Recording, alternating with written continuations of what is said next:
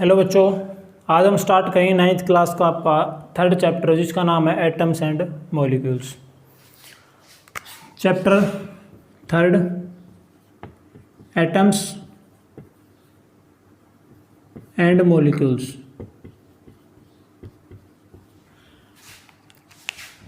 बच्चों, atoms and molecules के अंदर हम सबसे पहले ये देखेंगे कि एटम जो शब्द है ये आया कहाँ से था, इसका ओरिजिन क्या है।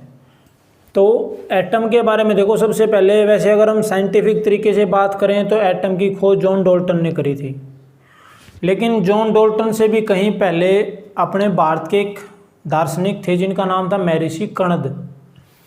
उन्होंने ये बता दिया था कि जब आपके पूरे ब्रह्मांड के अंदर कोई भी चीज़ देखते हैं कि हमने मैटर के बारे में तो पढ़ लिया कि हर वो चीज़ जिसका अपना कुछ वजन है, ये जो स्थान गिरती है वो मैटर कहलाएगी। और सोना, चांदी, लोहा है, पित्तल है, डायमंड है, ग्रेफाइट है, साल्ट है, शुगर है, हर एक चीज़, प्लास्टिक, हर एक चीज़ आपकी कहीं ना कहीं क्या है, सारे के सारे मैटर ही हैं। और मैटर है वो कहीं ना कहीं छोटे छोटे पार्टिकल से मिलके बने हैं। तो सबसे पहले महर्षि कणद ने ये बताया था कि जब आप किसी भी एक मैटर के टुकड़े करते चले जाओ, मान लीजिए एक सोने की ईंट ले लिया आपने और उसके छोटे टुकड़े करते चले जाओ, लास्ट में आपको एक ऐसा छोटा पार्टिकल मिलेगा, ऐसी छोटी चीज़ मिलेगी जो फर्दर डिविजिबल नहीं होगी। और इसी को महर्षि कणद ने नाम दिया था परमाणु। इसी को नाम क्या दिया था? परमाणु। एटम को हम हिंदी में बोलते क्या हैं? परमाणु में बोलते हैं। तो सबसे पहले एटम के बारे में जो जानकारी दी थी वो महर्षि कणद ने दी थी कि जब आप किसी भी पदार्थ के टुकड़े करते चले जाओगे तो लास्ट में आपको एक ऐसा स्मॉलेस्ट पार्टिकल मिलेगा, ऐसा स्मॉलेस्ट पोर्शन मिलेगा उसका, जिसको आप फर्दर डिवाइड नहीं कर सकते। उस चीज़ का उन्होंने नाम क्या रख दिया? छोटे से छोटे पार्टिकल का परमाणु। उसके बाद जॉन डाल्टन आए और जॉन डाल्टन ने कहा कि बात तो यही बताई थी उन्होंने भी कि स्मॉलेस्ट इंडिविजुअल पार्टिकल जो होगा उसको उन्होंने नाम रख दिया एटम। और एटम शब्द का मतलब ही क्या था? इंडिविजिबल। उन्होंने बस इसको हिंदी में परमाणु बोलते हैं, इंग्लिश में उन्होंने क्या नाम ले दिया भाई इसका? एटम। और एटम का मतलब क्या होता है? एटम का मतलब होता है ऐसी चीज़ जिसको आप फर्दर डिवाइड ना कर सको, वो नाम क्या था भाई? इन्होंने रख दिया एटम। अब उसके बाद थोड़ा सा और आगे चले और भारत के एक दूसरे महान दार्शनिक हुए जिनका नाम था पाकुदा कात्यायन।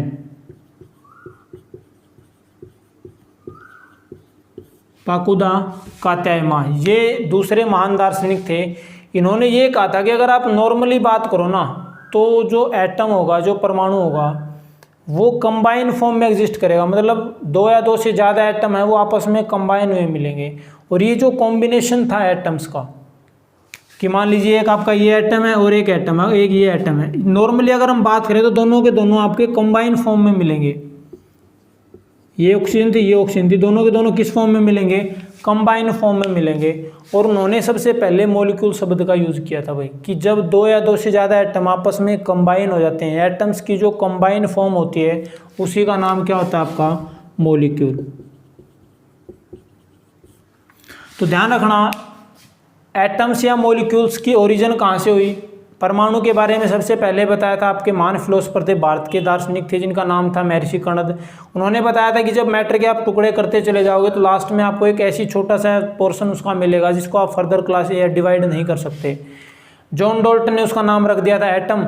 और उसके बाद कुछ टाइम के बाद पाकुदा कात्यायमा नाम के एक वैज्ञानिक थे, उन्होंने ये बताया कि जो कंबाइन फॉर्म होती है एटम्स की उसको हम क्या नाम देंगे?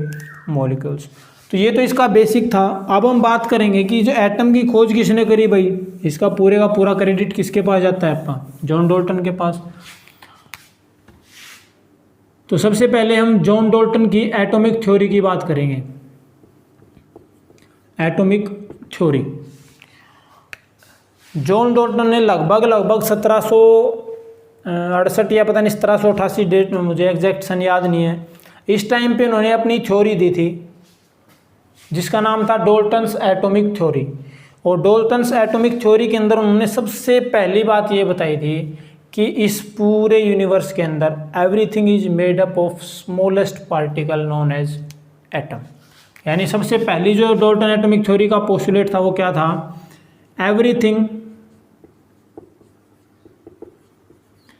Is made up from smallest particle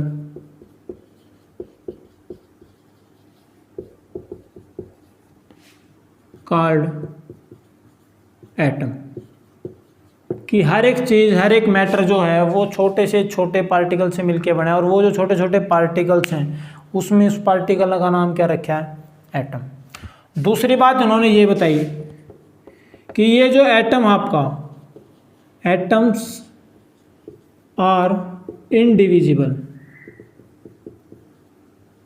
जो आपका एटम होते हैं भाई, ये इंडिविजिबल पार्टिकल होते हैं, इनको आप डिवाइड नहीं कर सकते, इंडिविजिबल होते हैं ये।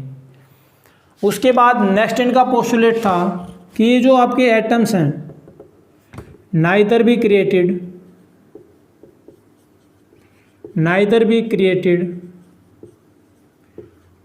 Nor to B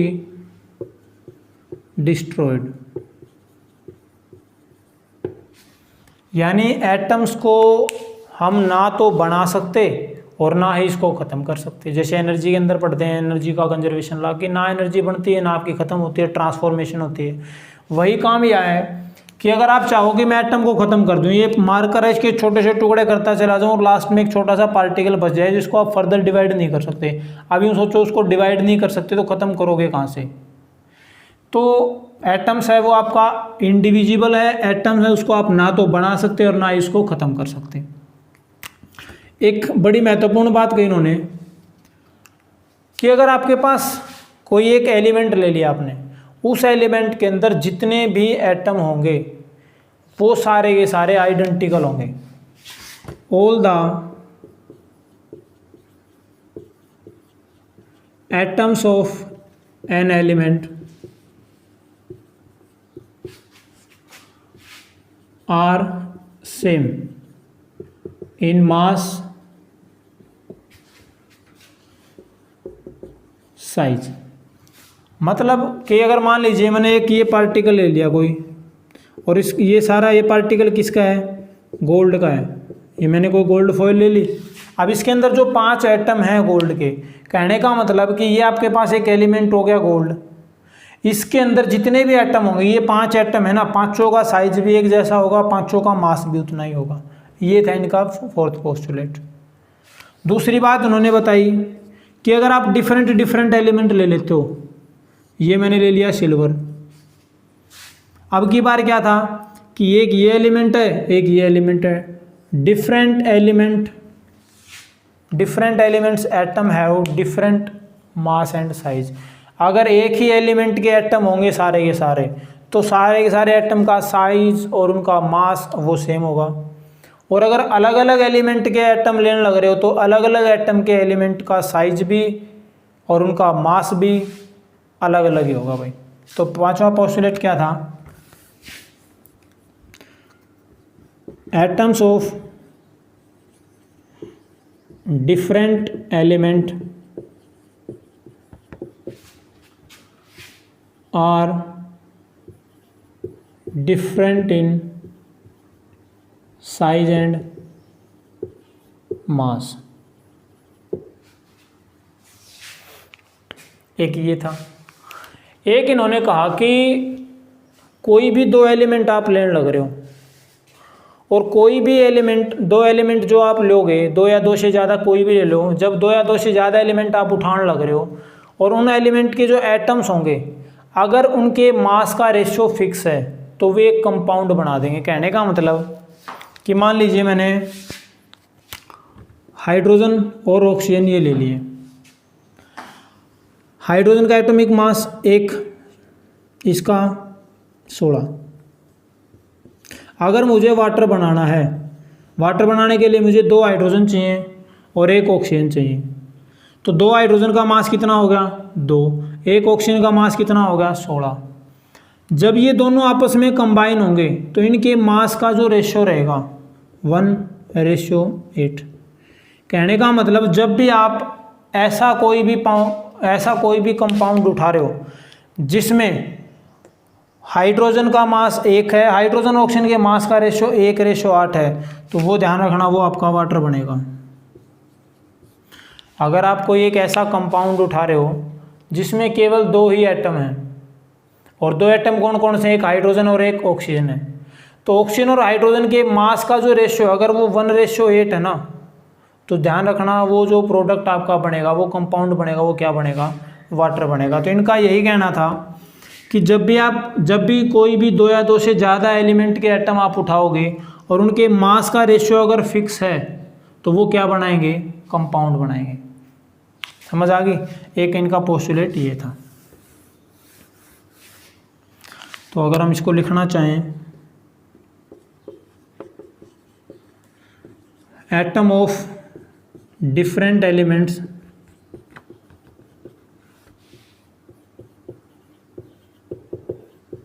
combine together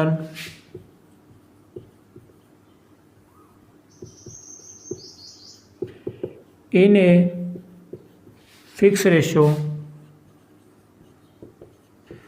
of their mass always form a compound। कि अगर उनके मास का रेशियो है, अगर वो फिक्स है, तो वो क्या बन जाएगा तुम्हारा भाई, कंपाउंड बन जाएगा। तो ये थी तुम्हारी डाल्टन्स एटॉमिक थ्योरी। अगर डाल्टन एटॉमिक थ्योरी की बात करी जाओ तो डाल्टन एटॉमिक थ्योरी के अंदर सबसे पहला पोस्टुलेट क्या कहता है कि जो भी पदार्थ हैं वो सारे के सारे पदार्थ किससे मिलके बने होंगे भाई, छोटे छोटे पार्टिकल से मिलके बने होंगे। हर एक उस स्मॉलेस्ट पार्टिकल का नाम क्या है आपका, एटम। दूसरी बात ये बताई कि जो आपका एटम होगा वो इनडिविजिबल होगा, उसके आप फर्दर उसको क्लासीफाई तो नहीं कहेंगे, उसको हम डिवाइड नहीं कर सकते, मतलब तोड़ नहीं सकते, वो सबसे लास्ट पार्ट होगा उसका। अगर उसको तोड़ नहीं सकते इसका मतलब ना तो हम एटम को बना सकते ना ही उसको ख़त्म कर सकते। उससे अगली बात क्या बताई कि अगर आपके पास एक ऐसा एलिमेंट है, अगर आप एक ही एलिमेंट लेने लग रहे हो ना, तो उस एलिमेंट के अंदर जितने भी एटम होंगे सारे के सारे एटम मास में और साइज में आइडेंटिकल होंगे, सेम होंगे। दूसरा उन्होंने बताया कि अगर आप डिफरेंट एलिमेंट लेने लग रहे हो, डिफरेंट एलिमेंट अगर आप लेने लग रहे हो, तो उनके जो एटम्स होंगे, उनके जो एटम्स का साइज होगा, उनका मास होगा, वो क्या रहेगा, डिफरेंट रहेगा। एक उन्होंने बताया था कि अगर 2 या 2 से ज़्यादा एटम्स किसी फिक्स रेशो के अंदर, उनके मास के फिक्स रेशो के अंदर अगर 2 या 2 से ज़्यादा एटम हैं और उनका मास लेने लग रहे हो आप, तो वो मास अगर एक फिक्स रेशो में है तो वो हमेशा क्या बना देगा, आपका एक कंपाउंड बना देगा। एग्जाम्पल हमने लिया वाटर का कि हाइड्रोजन ऑक्सीजन के मास का जो रेशो हमेशा 1:8 रहेगा। पानी आप कहीं से भी उठा लियो, जोड़ का उठा लियो, गंदे नाले का उठा लियो, नदी का, तालाब का, कहीं से भी उठा लियो, पानी हमेशा इनका जो रेशो रहेगा वाटर और ऑक्सीजन और हाइड्रोजन के मास का जो रेशो रहेगा वो हमेशा 1:8 रहेगा। ये तो थी डाल्टन एटॉमिक थ्योरी। अब इस थ्योरी की कुछ कमियां भी थी भाई, कुछ ड्रॉबैक भी थे डाल्टन एटॉमिक थ्योरी के। क्या थे ड्रॉबैक, वो देखो। ड्रॉबैक में सबसे पहली बात क्या थी भाई, डाल्टन ने एक बात कह दी कि भाई एटम है ना वो इंडिविजिबल है।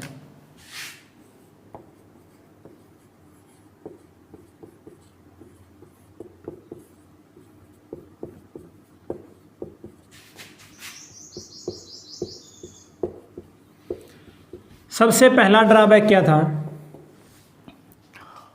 डाल्टन ने यूं कह दी कि एटम जो है ना वो इंडिविजिबल है।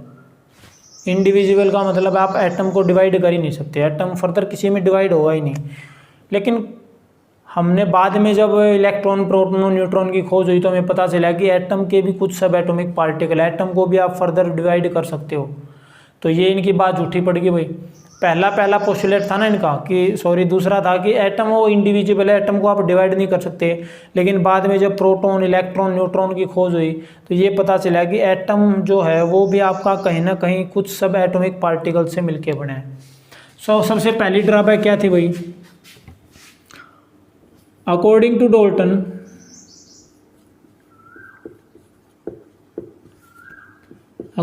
To Dalton's theory atom is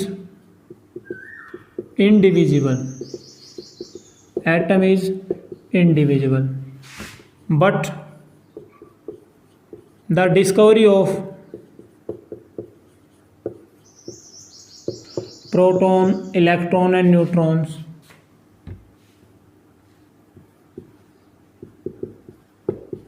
fails their postulate.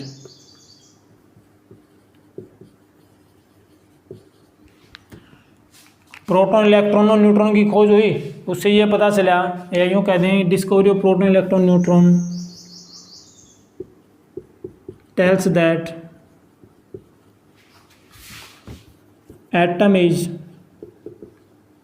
atom also contains 3 subatomic particles।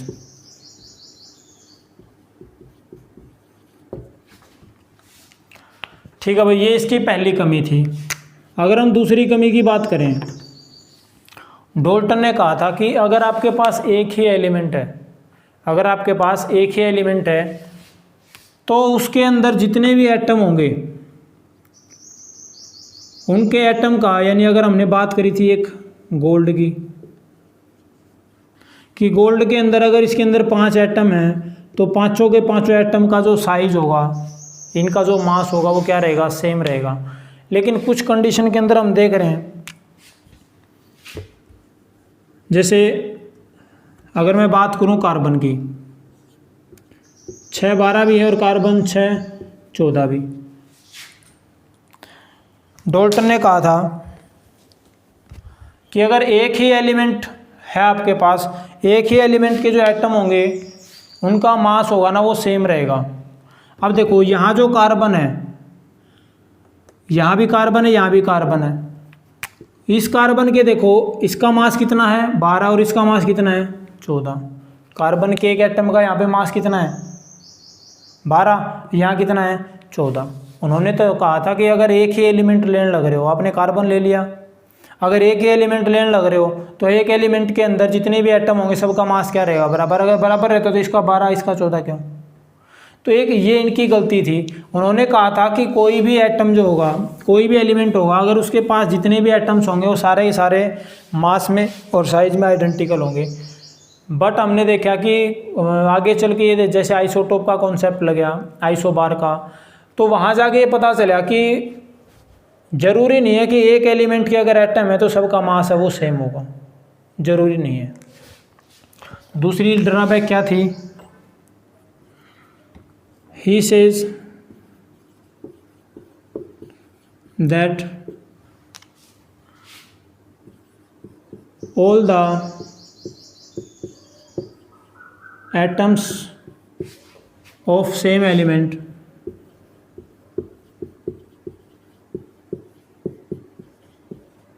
have same mass and size, but it is not true। हमने देख लिया कि अगर हम कार्बन का लेने लग रहे हैं, एक का मास 12 है और एक का मास कितना है 14 है, तो यहाँ ये बात इनकी हजम नहीं हो रही थी। तीसरा इनका पोस्टुलेट क्या था, इन्होंने कहा था कि डिफरेंट एलिमेंट अगर आप लेने लग रहे हो, 2 एलिमेंट ले लिया आपने, दोनों अलग अलग हैं, डिफरेंट एलिमेंट अगर आप लोगे तो दोनों के एटम का जो एटॉमिक मास होगा कहते हैं, या उनका जो साइज कहते हैं, वो अलग अलग मिलेगा। अलग अलग एटम, अलग अलग एलिमेंट के एटम का साइज और मास क्या मिलेगा, अलग अलग। लेकिन यहाँ पे कुछ केसेस में ये बात भी गलत साबित हो रही थी। जैसे मैं बात करूँ कैल्शियम की, कैल्शियम का एटॉमिक नंबर 20 और 40, और ये आपके पास क्या है आर्गन, ये 18 और ये 40। अब देखो अलग अलग एलिमेंट हैं, अलग अलग एलिमेंट के एटम का मास उन्होंने तो कहा था अलग अलग होगा, यहाँ पे क्या है आपका सेम है। तो यहाँ लिखेंगे ही सेज या he said that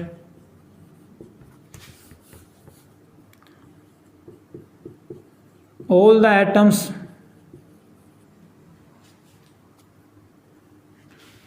of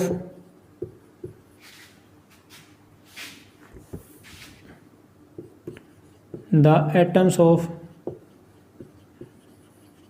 different element have different mass and size, but it is not true. क्यों ट्रू नहीं है? हमने ले लिया कैल्शियम और आर्गन, इसका भी मास कितना है 40 और इसका भी मास कितना है 40, जबकि दोनों क्या है, अलग अलग एलिमेंट है ना। ये कैल्शियम आपका, ये ऑर्गन है, दोनों अलग अलग एलिमेंट होते हुए भी इनका मास क्या है सेम। जबकि डाल्टन ने तो अपनी थ्योरी में कहा था अगर अलग अलग एलिमेंट हैं तो उनका मास क्या रहेगा, उनके एटम का मास क्या रहेगा अलग अलग, लेकिन यहाँ पे तो क्या आ रहा है सेम। ये कुछ 3 इंपॉर्टेंट ड्रॉबैक थी डाल्टन्स एटॉमिक थ्योरी की।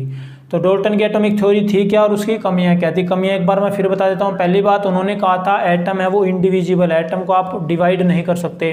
तो पहली बात कि जब इलेक्ट्रॉन, प्रोटॉन और न्यूट्रॉन की डिस्कवरी हुई तो हमें पता चला कि ये एटम के सब एटॉमिक पार्टिकल्स हैं, यानी एटम के अंदर कहीं ना कहीं फिर से इलेक्ट्रॉन, प्रोटॉन और न्यूट्रॉन में एटम डिवाइड है। तो इनकी पहला पोस्टुलेट इनका गलत साबित हो गया। फिर उन्होंने कहा था कि अगर एक ही एलिमेंट है, एक ही एलिमेंट के जितने भी एटम होंगे उनका मास हमेशा क्या रहेगा, सेम रहेगा, साइज क्या रहेगा, सेम रहेगा। लेकिन बाद में पता चला जब आइसोटोप का कॉन्सेप्ट आया कि एक ही एटम के अगर हम एक ही एलिमेंट के अगर 2 एटम लेने लग रहे तो दोनों का मास क्या आने लग रहा था, अलग अलग आने लग रहा था। हमने कार्बन का एग्जाम्पल लिया था, एक में मास 12 था और एक का मास कितना था 14। तीसरा इन्होंने कहा था अगर आप अलग अलग एलिमेंट लोगे तो अलग अलग एलिमेंट के जो एटम्स होंगे उनका मास अलग अलग मिलेगा। लेकिन यहाँ तो हमने कैल्शियम और आर्गन का लेके देखे तो बराबर आने लग रहे हैं। ये कुछ लिमिटेशंस थी डाल्टन्स एटॉमिक थ्योरी की।